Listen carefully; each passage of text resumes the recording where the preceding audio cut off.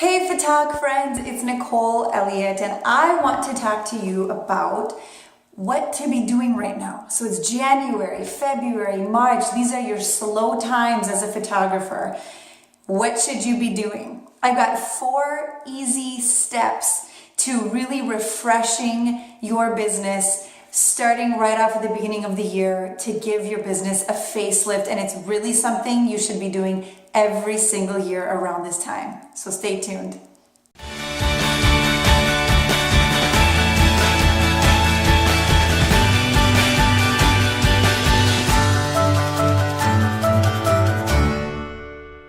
Okay guys, so I want to go into what are the 4 things that you can focus on during this slow time within your season. Now, it depends on what part of the country you're in. We are in the upper Midwest, so it is super cold right now. I think it's like 2 degrees today, and it's deceiving because it's super sunny out, so it looks like it's warm, but it's not.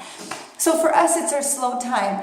If this, if January, February, March is not your slow time, you could be in Arizona where this is actually the best time to shoot for you guys because it's not so hot. Whatever time that is for you, that should be time that you are really focusing on refreshing your business. So we call it the winter refresh.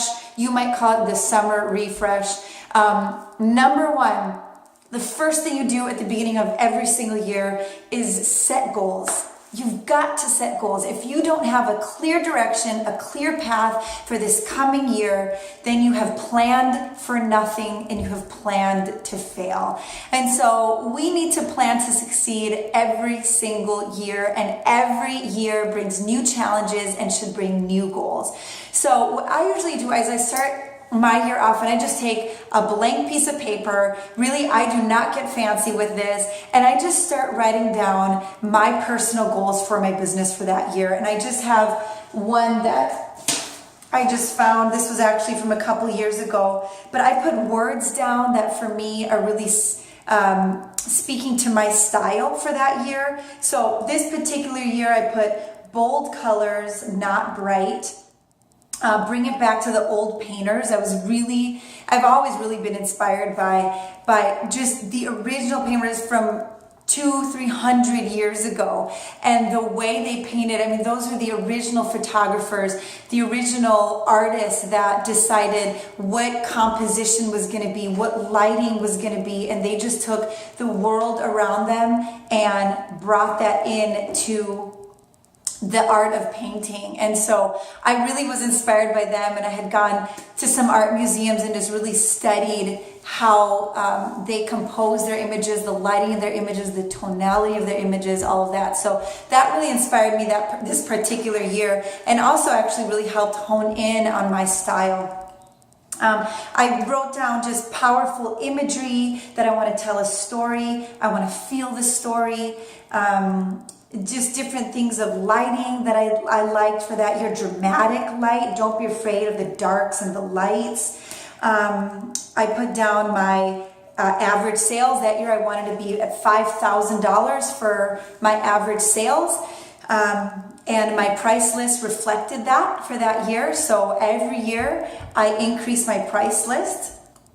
And so just different things that for me, I mean, it's, again, there's nothing to this. Super, super simple. They're just words that I wrote down, but it hung on my, right next to my desk that whole year. And it hung on there for a couple of years. And so, I encourage you to do that. Set goals for yourself and set goals for your business. Okay.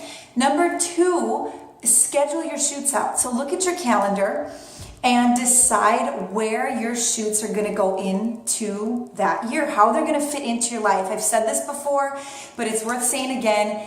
Your photo shoots fit into your life. You don't make your life fit into your client's life or your photo shoots. Okay, your business, you grab a hold of that, you rein it in, and you make your business work for you. You don't make yourself work for your business. You are not a slave to your business. So you should start at the beginning of the year. You look through your calendar and you say, all right, Tuesday nights, Thursday nights at 6 p.m., those are the days that I'm going to do photo shoots. And I'm only going to shoot 2 a week, and then the next week I'm going to do 1 a week. Or maybe you might want to fill it up more. You're going to say, I'm going to shoot 3 shoots a week. You know, whatever it is that you want to fit into your life, you schedule that out. Remember, scarcity creates value. So you don't want someone to call you up and be like, hey, what do you have available? And you're like, I don't know what works for you. You say, these are my dates. I'm booked out 3 months, you know, or whatever you are booked out. You don't want to lie to anybody, but you say, these are my available dates at these times. What fits, what works for you? And if they say, well, gosh, I just was hoping for like a Saturday at like 1 o'clock. Well, you say, I'm sorry, I don't shoot on Saturdays. That's my family time. I mean, you really define those lines. You do that. You don't let your client define those lines for you. Okay. So step 2 is schedule out your shoots, set your calendar. Okay. Number 3, update your content.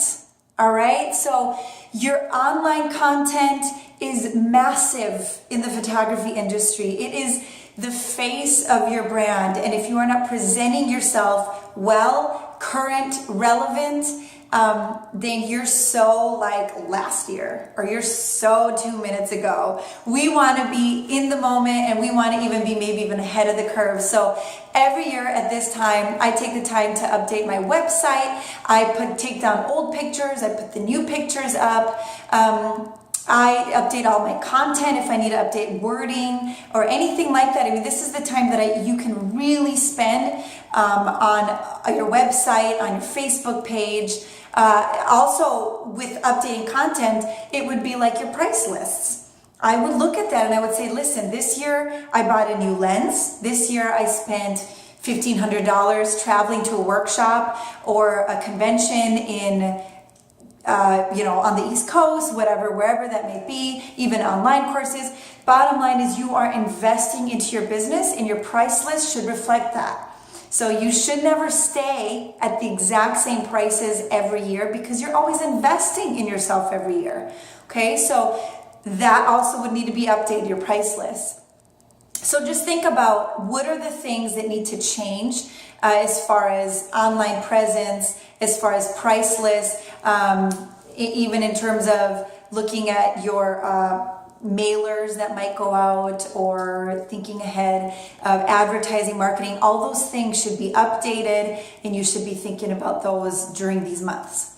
Okay, last but not least, number 4, learn and educate, man. That is huge.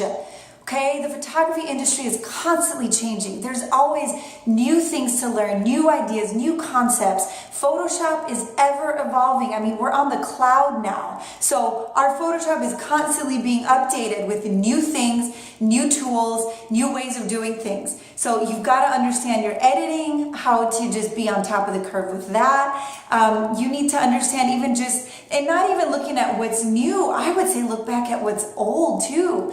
With old photographers like Irving Penn, one of the first photographers for Vogue.